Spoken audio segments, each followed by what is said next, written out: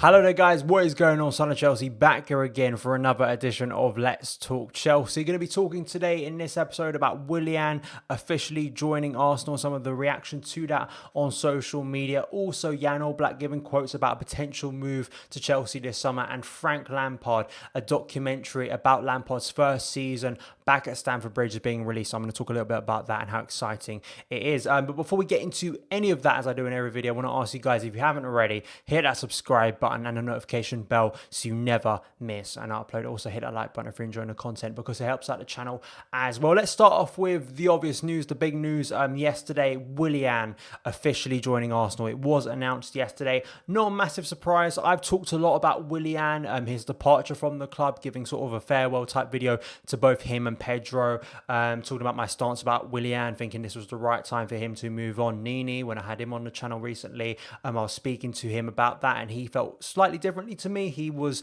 thinking that maybe Chelsea could have kept him for another season, and I have seen that line of thinking, to be honest. It was an interesting point to bring up. I was just interested in some of the reaction to Willian from certain Chelsea fans when the news was announced, because we all knew it was going to be announced inevitably. I don't think you can be shocked by this news at all unless you've been living under a rock. Willian joining Arsenal, people getting upset at Willian moving to Arsenal as if it's some sort of betrayal. I see this a lot now with modern football and sort of modern players and sort of anger towards players. I think Luiz, it was a similar situation. But even with Luiz, you've got to remember that was a different type of scenario right at the back end of the transfer window, the last day of the transfer window, where Chelsea were preparing for the new season under Frank Lampard. And Luiz left. But even then, I could sort of understand Luiz moving on, why maybe it was a good decision for the club to do that, to bring up Fikayo Tomori, give him more minutes. And I've seen it with Jose Mourinho this season. Another example for me where it's just my opinion, and I tweeted this yesterday, but I want to sort of explain it in a video, is I think that it is unhealthy, especially with the way the modern game is, to get too attached to players. What I mean by that is I think it's the way the game is, players like JT, for instance, and you can pick up many other one-club men, as you'd call them, but even JT finished his playing career at Aston Villa. It's so unrealistic now to see players do that. It's an anomaly basically now, unfortunately, as just the game has moved on. Players move on. This is a player in Willian who has spent 6 years, the prime years of his career at Chelsea. He's now moving on because he wants to stay in London. He loves it in London. It's the perfect scenario for him to move across to Arsenal, get a big wage because of it, and get a big contract that Chelsea weren't willing to offer him. And, to me, I see people going, oh, it's bitter. We just bitterness towards Willian now. He moves on. I just don't think that's the right way to go about it. Willian moving to Arsenal, whatever he does at Arsenal, that will not extinguish what he's done at Chelsea, personally, to me. All the great memories I have of Willian, it's the same with Jose Mourinho. It's the same with David Luiz. I think it's naive, because you're going to see players move. The majority of the players in the current Chelsea squad are going to be moving eventually. Some to maybe lower clubs because they haven't succeeded at Chelsea, or maybe to bigger clubs, maybe the likes of, Real Madrid may come calling for some of our players like Eden Hazard before, that may just be the case. That happens. And I think it's healthier as a fan to think about players and enjoy the time they're here. If they do leave in a better way, which Willian hasn't, like Thibaut Courtois, it's a different type of scenario. Luckily at Chelsea, we haven't had a lot of situations like that recently because the club have been so successful. So I think it was the right time for him to move on. I just wanted to address that because I think that Willian getting that abuse, I really hope if fans are back in the stadium when he returns to Stamford Bridge, give him a good reception, because I think he deserves it. But let's move on now to another story. An exciting announcement by the club that was made yesterday on the fifth stand-up, and then they released it on social media as well. A documentary of this season is being released. A 6-part documentary series launching on the fifth stand on Wednesday, August the 19th, retelling Frank Lampard's unforgettable first season in charge of the Blues. There is a trailer released to this, which I definitely suggest you go and watch. It definitely got you excited for this. It's going to be an interesting take, an interesting look how Chelsea approach this, how similar it is to other documentaries that we see around football. Of course, the All or Nothing trailer for Tottenham has come out recently, and there's a lot of interest around that, and of course other documentaries. I don't think it's going to be as in-depth as that. From what it seems to be, from what they're saying, it's going to be Frank maybe doing a voiceover talking about the season, but I think that's going to be really intriguing to see how Frank looks at the highs and lows of this season, because there have been many, and how he reflects on it. Apparently it's going to be available on YouTube as well. I'm probably going to make some content about it. I'll probably review it and what they go into in terms of detail, because I'm really intrigued to see what Lampard thinks about that, and also how much insight we get into Frank Lampard's thought process regarding this season. I think it's an exciting thing. I think it's a good thing for the club to do. I think it's a good way for the club to connect with fans, give an insight into the season, a very exciting season for Chelsea fans this year. And of course, Frank Lampard coming back, the emotion behind it, the history behind it as well. I think it's going to be a special thing, and it's going to be an interesting watch. So definitely fans are excited about it. So I'll probably be reacting to it on the channel in the coming weeks. Not that far away, August the 19th. It's going to be on YouTube and the Fifth Stand app. So definitely go and check out that trailer, and I'm excited to watch it when it does get released. Next is a transfer target for Chelsea, Jan Oblak. I gave some quotes to Spanish media in the week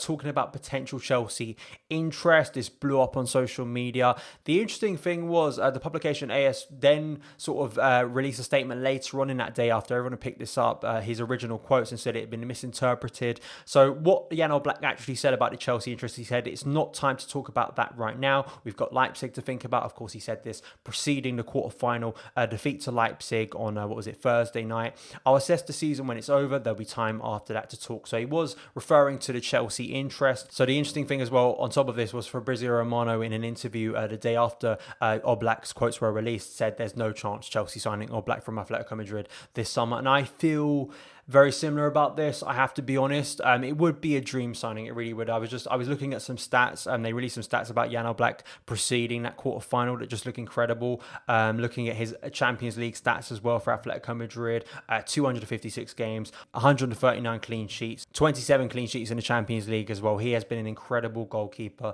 for Madrid. He really has. To some people, I know Oblak is the best keeper in the world in their opinion. I mean, when you're looking at sort of the top keepers in the world, I think Ederson and Alisson definitely have to go into that conversation as well. I just think this is a keeper that is just a stretch too far this summer. I think if we're really going to sign Havertz for the reported fee, which is going to be massive for the club, a massive transfer, on top of that, the money that we've already spent and the money we're going to spend as well on top of that, I think Oblak is just a keeper that's, I think, out of our reach this summer, just based on the price that's been put on his head, potentially. And I've been discussing this and debating and thinking about this, that Chelsea may, in the goalkeeper region, go for a smaller name, go for maybe an older keeper, an older name we've heard over the weeks and months recently that Chelsea, just for sort of a stopgap type signing that can bring that experience and that assurance and that maturity to that area that Chelsea need. And then maybe the next window, the January window, or maybe next summer, Chelsea could go in for a keeper like Jan Oblak again. Maybe when the funds are there and Chelsea don't have to do as much spending to strengthen the squad, basically. I think that could be the way Chelsea go about that. I feel that with a number of positions. I feel like centre-back and goalkeeper, I think there may be a trade-off there where one big name comes in this summer and, say, a smaller name comes in, a more experienced keeper or a more experienced defender, and then potentially if a bigger name Chelsea want isn't available, they go in for him in the next window. We've seen that with a number of clubs recently. Of course, Virgil van Dijk is the big one for Liverpool. Southampton was supposed to maybe go there in the summer, but then eventually went there in the January transfer window. I mean, Bruno Fernandes going to Manchester United. So I think Oblak would be a ridiculous signing for Chelsea. I just cannot see it happening. Yes, those quotes, it's a standard quote from a player, I'll wait till the end of the season, I'll decide on my future. I just can't see it happening with the amount Chelsea potentially have to spend, and also other areas as well. I mean, I think potentially there are maybe cheaper keepers out there that we could go in for. We've looked at Nick Pope before. I've spoken about him on the channel. Andre Onana from Ajax, potentially Chelsea could go in for this summer. So we're going to have to wait and see. But unfortunately, I just think Oblak is out of Chelsea's reach this summer. Lastly, I want to talk about Andreas Christensen and something Matt Law spoke about on the London is Blue podcast. If you haven't checked out not only the Matt Law episode, but London is Blue podcast, great Chelsea podcast. Definitely, they've got some great guests on there in the past. They've got Mason Mount on there in the past, Fikayo Tomori, some other players as well. So definitely go and check it out and listen to the full podcast. I'll leave the link in the description box below so you can go and listen to the podcast in full context. One of the things he brought out, and I'm sure, a lot of people talked about, the transfer news. One of the most interesting things to me was when they were speaking about Andreas Christensen, and basically what Matt Law referred to when they were speaking about Christensen, that Chelsea still believe that Christensen could become like a 17 million centre-back if they were to sell him to maybe a Spanish or German club and he gets consistent play time, and he could be another Kevin De Bruyne. So they are reluctant to sell him to those clubs who think they can get him on a bargain. that was an interesting point to me, because I've spoken about Andreas Christensen and the centre-backs currently, and potentially the ones Chelsea could be looking to sell this summer. I have made it clear that I think Christensen would be one I would sell if a good offer came in for him, because I do have concerns over his physicality, over his usefulness, I think, for this Chelsea squad in the Premier League. I just think he's got too many mistakes in him. But it is an interesting point, and I like the fact that the club are thinking in this way, that they are thinking about that Kevin De Bruyne thing, and I think that whole transfer and selling De Bruyne, I think it tells you a lot on how big of a thing that was, how big of a mistake it was for the club, that still now in 2020, that's still something that is present in their minds about potentially selling players. But I do think on the flip side to this, an argument I want to make is I think you have to sell players at points, and I think that any player you sell potentially could turn out to be a big player. I think Mohamed Salah, when everyone brings up, the failed sort of players that have come into Chelsea and then we've sold them and then they've gone on to do greater things later down in their career. I understand Kevin De Bruyne, that's an obvious one, right? And I'll accept that was a massive mistake on the part of the club and Jose Mourinho at the time. Mohamed Salah, I don't think you can throw in the same boat as De Bruyne, because I think that, you have to look at where he actually went. He went from Chelsea to Fiorentina to Roma, then to Liverpool. It wasn't just in the De Bruyne case, he went from Chelsea to Wolfsburg, then to Manchester City. He made, it was a longer trajectory to eventually get back to Liverpool and get back to the Premier League and do what he's doing now. I mean, I think that there is some sort of context that has to come in there. And for me, with Christensen, yeah, sure, he could turn out to be that player, but how long are Chelsea going to wait for Christensen to turn into that player?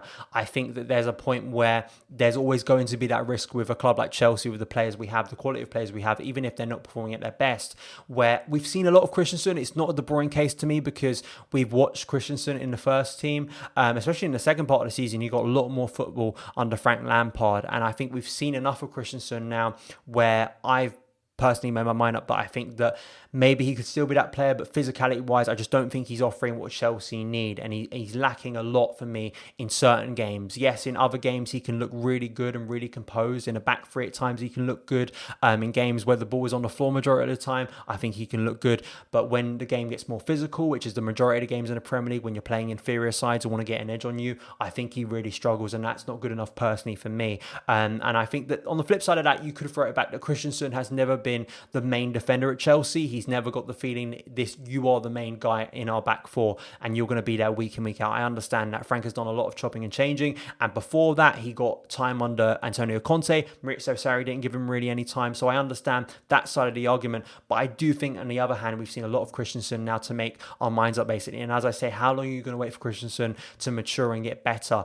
And I think if we bring in a really good centre-back this summer and we keep Kurt Zouma, I think Christensen could be sitting on the bench next year, maybe as a good rotational player. But what Christensen is going to think about that? Could Chelsea get a decent fee for him now? I am absolutely, of course, in the belief that we need to give young players time to try and stop a KDB situation happening again. But I don't think this is the same thing concerning Andreas Christensen, in my opinion. But I thought it was interesting, given Matt Law's contacts at the club, how much he knows about Chelsea, that Chelsea are apparently reluctant to sell him this summer. So that could mean someone else could be going out the door. So something to take note of, something to think about, and definitely give me your opinions on Andreas Christensen. Do you think he can still be a top centre-back for Chelsea in the coming years? So that is it for this edition of Let's Talk Chelsea. Thank you guys so much for taking the time to watch it. If you did enjoy it, hit that subscribe button and a notification bell so you never miss an upload. Follow me on Twitter at Son of Chelsea. Have a great day, and I'll see you again.